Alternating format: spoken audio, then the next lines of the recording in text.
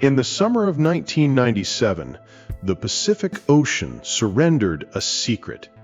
Researchers monitoring underwater microphones, these things called hydrophones, captured a signal that would eventually become known as the bloop. Now, it wasn't just some random noise. It was an ultra-low frequency, high-amplitude acoustic event. The U.S. National Oceanic and Atmospheric Administration, or NOAA, detected it across their entire network. This signal was, well, exceptionally loud. It was recorded on every single sensor they had deployed, making it the loudest unidentified underwater sound ever captured. A powerful, strange, deafening broad-spectrum signal that simply defied biological limits.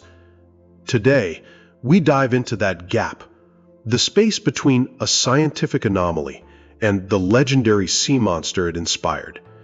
Stay with us as we uncover the truth behind this oceanic mystery. Deep in the Pacific Northwest, the acoustics program at NOAA's Pacific Marine Environmental Laboratory was listening. Their focus wasn't on monsters, but on the shifting Earth, using those hydrophones to study volcanic activity in the southern Pacific. To do this, they relied on the Equatorial Pacific Ocean Autonomous Hydrophone Array. This network was NOAA's primary tool for monitoring undersea seismicity, ice noise, and the migration of marine mammals. But they weren't working in a vacuum. This system actually augmented NOAA's access to the U.S. Navy's sound surveillance system, known as SOSUS. A ghost of the Cold War, SOSUS was originally designed in the 1960s to track Soviet nuclear submarines.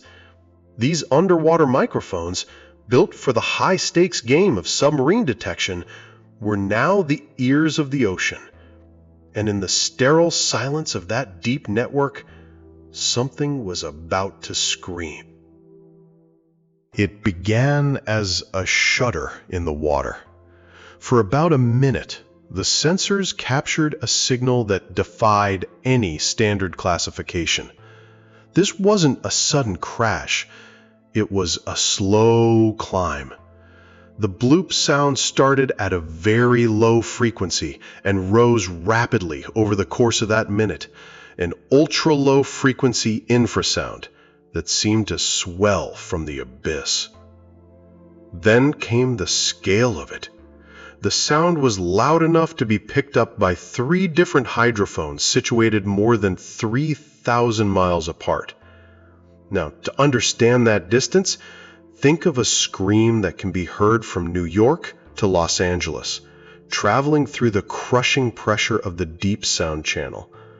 The Equatorial Pacific Ocean Autonomous Hydrophone Array didn't just catch a glimpse of the noise, it recorded a massive, sustained event that echoed across 5,000 kilometers of open ocean.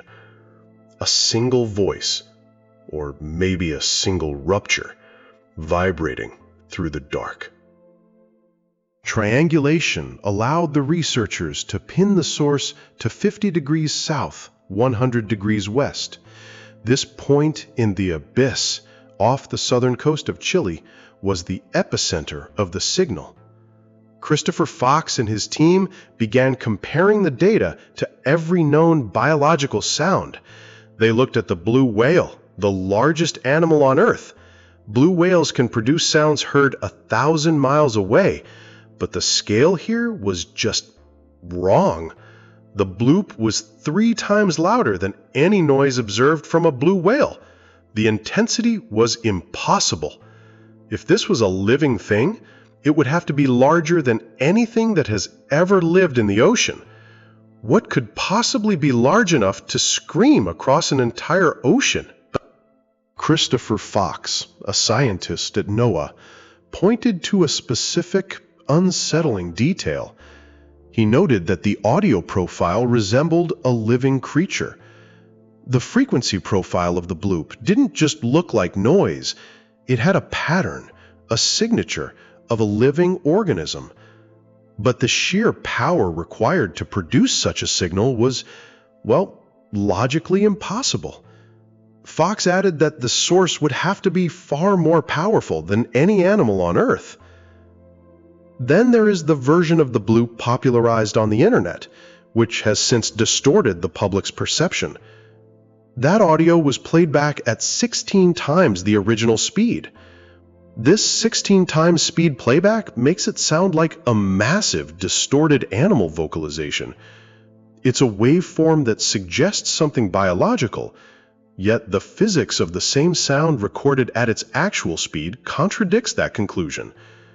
The signal is simply too loud to be a living thing. If the sound were animal-based, the math suggests a monster. To produce a signal of that amplitude, a creature would have to be at least 250 feet long. That's more than double the size of the largest recorded blue whale. It's a scale of biology that defies logic, something dozens of times more massive than a blue whale, significantly larger than anything that has ever swum in our oceans. Some speculated the sound was caused by a giant squid or a megalodon, but the biology doesn't fit. No known species of cephalopod, including the colossal squid, which reaches 46 feet, has the gas-filled sac necessary to reach such great volumes. Then, the theory shifted from biology to mythology. Some theorized the location of the bloop connected it to the mythical lost city of R'lyeh from H.P. Lovecraft's 1928 short story, The Call of Cthulhu. The coordinates of the sunken city of Cthulhu were located about 1,000 miles from the bloop's estimated location. It was a Lovecraftian coincidence that felt too precise to be ignored.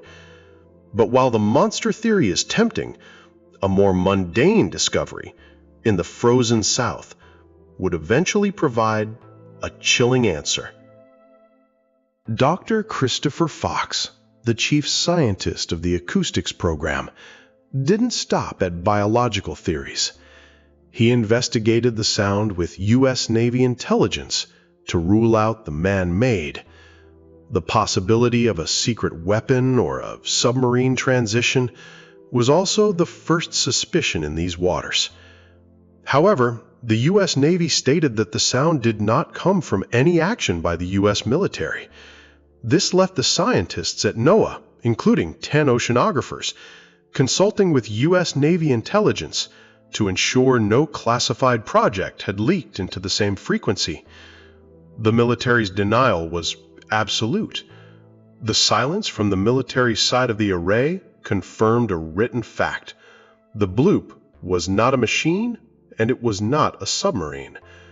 It was something else, something far more massive and far more ancient than any engine. Most of us imagine the ocean as a mapped territory, a blue expanse we've conquered.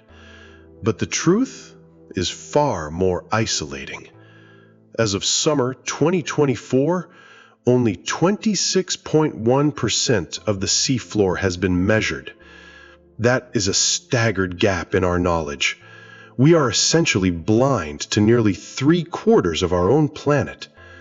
When a sound like the bloop echoes across thousands of miles of that void, the instinct to imagine a monster is not just a curiosity, it is a response to the crushing weight of the unknown. You have to wonder what else is moving in the dark, in those vast, unmeasured spaces where we have no eyes, and only the most sensitive microphones to tell us something is there. NOAA researchers shifted their focus southward, pushing their sensors into the freezing currents of the southern Pacific. They weren't looking for a monster, but for the raw, violent power of the ice. The evidence pointed to areas between South America and New Zealand, specifically within the Bransfield Strait, the Ross Sea, or near Cape Adare. The seawater acts as an excellent sound channel, allowing ambient sounds from ice activities to travel great distances across the abyss. In early 2008, the evidence became concrete. NOAA hydrophones tracked iceberg A53A near South Georgia Island in the Scotia Sea. As the ice fractured, the massive berg mirrored the Bloop signature. The spectrogram showed a near-perfect match in both frequency and amplitude. The mystery wasn't coming from a living throat, but from the crushing weight of the ice quakes occurring off the coast of Antarctica. The smoking gun had been found.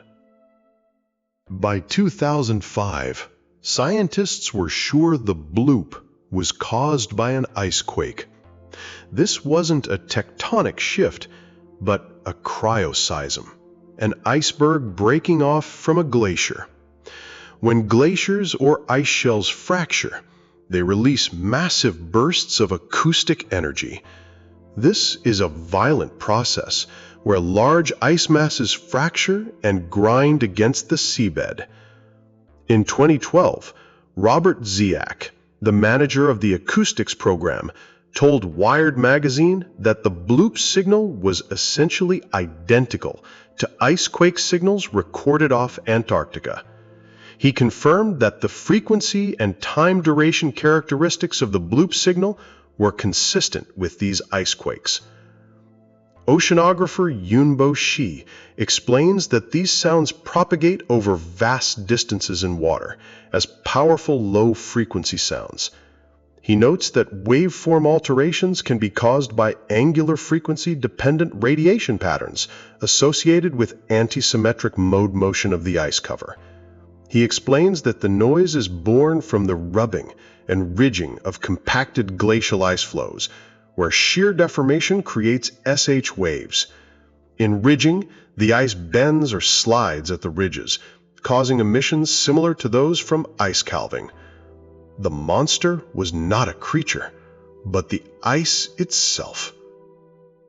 Between 2005 and 2010, NOAA conducted a survey of the Bransfield Strait and the Drake Passage to record and analyze natural sounds in the Southern Ocean. The result was a sobering realization. The dominant natural sound in that frozen wasteland is not a creature, but the sound of ice cracking and breaking apart.